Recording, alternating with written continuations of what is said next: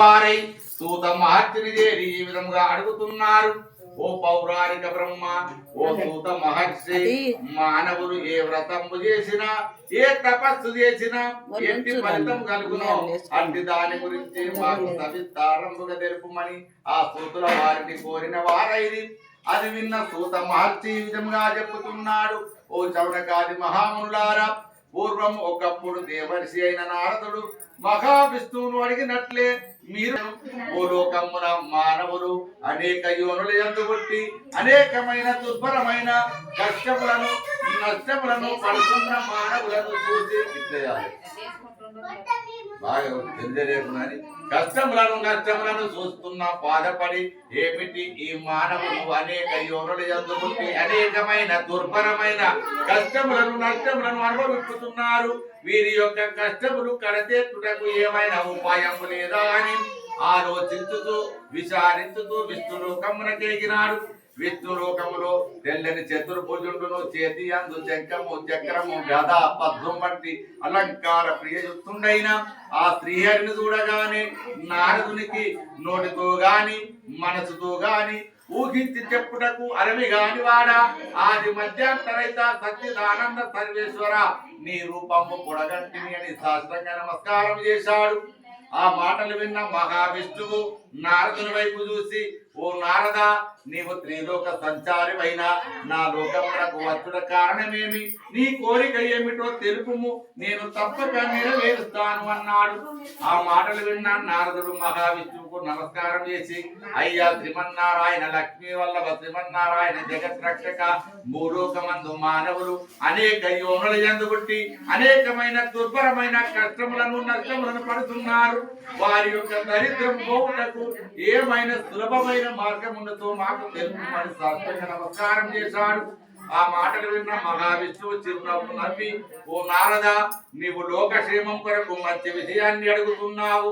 చాలా బాగున్నది. మానవులు దేని అందు సంసారమని భ్రాంతి వదిలి సుఖ సంతోషాలు పొందెదరు. అట్టి సులభమైన మార్గం నేను మీకు చెప్పుతున్నాను, శ్రద్ధగా వినండి. అది ఏ సత్యనారాయణ వ్రతము.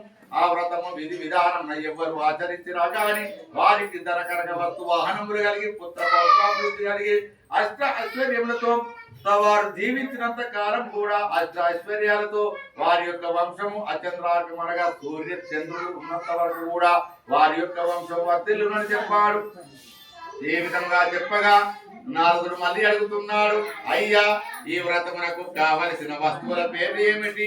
ఈ వ్రతమును ఏ ఏ సమయములు ఆచరించవచ్చును?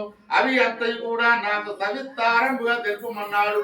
వెంటనే మహావిష్ణువు మళ్ళీ చెప్పుతున్నాడు, ఓ నారద, ఇట్టి వ్రతము వైశాఖ మాసమందు గాని, కార్తీక మాసమందు గాని, మాఘ మాసమందు గాని, పౌర్ణమి తిథి అందున గాని, పాఠ్యమి తిథి అందున గాని, రవి సక్రమందున గాని, యుద్ధ సమయమున గాని, దరిద్రము సంభవించినప్పుడు గాని, తీర్థయాత్రలు చేసిన తర్వాత గాని, గృహ ప్రవేశం అనంతరం గాని, వివాహం అయిన తర్వాత గాని ఇంటి వ్రతాన్ని చేసినతో సర్వకార్య సిద్ధి కలుగును అని చెప్పాడు.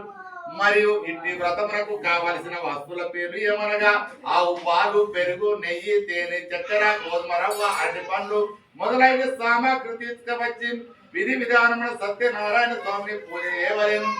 పూజ చేయవారు కూడా గోమయముతో అలికి చక్కని ముగ్గులు పెట్టి వరి పిండితో సహా 5 రంగుల పిండులతో అలంకారమైన శుభకరమైన ముగ్గులు పెట్టి దానిపైన పీటను వేసి పీటపైన తెల్లని వస్త్రాన్ని పరిచి దానిపైన బియ్యం పోసి దానిపైన గణాది గౌరీ దేవతని ప్రతిష్ఠించి తర్వాత కలశమున పూజ చేసి నవగ్రహములను పూజించి తర్వాత సత్యనారాయణ స్వామిని పంచామృతములతో అభిషేకం చేసి మండపములో ఉంచి పూజ చేయవలేను.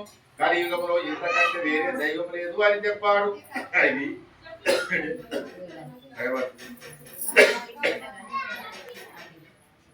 పూజ చేయవలేదని చెప్పి ఆ మహావిష్ణువు నిర్ధారించుకున్నవారాయను.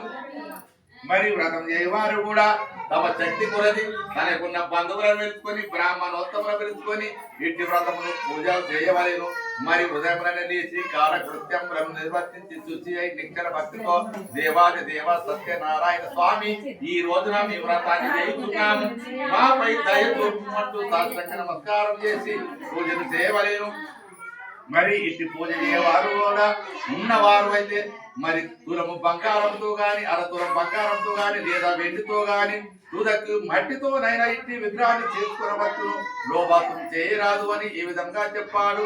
అట్టి దానిని కూడా మానవాళికి ఆ సూత మహర్షి వచ్చి ఈ మానవ రూపములో నోమించినాడని ఆ సూత మహర్షి చెవన కాదిములకు తెలిపిన వాడాయను. శ్రీ సత్యనారాయణ స్వామి భగవానికి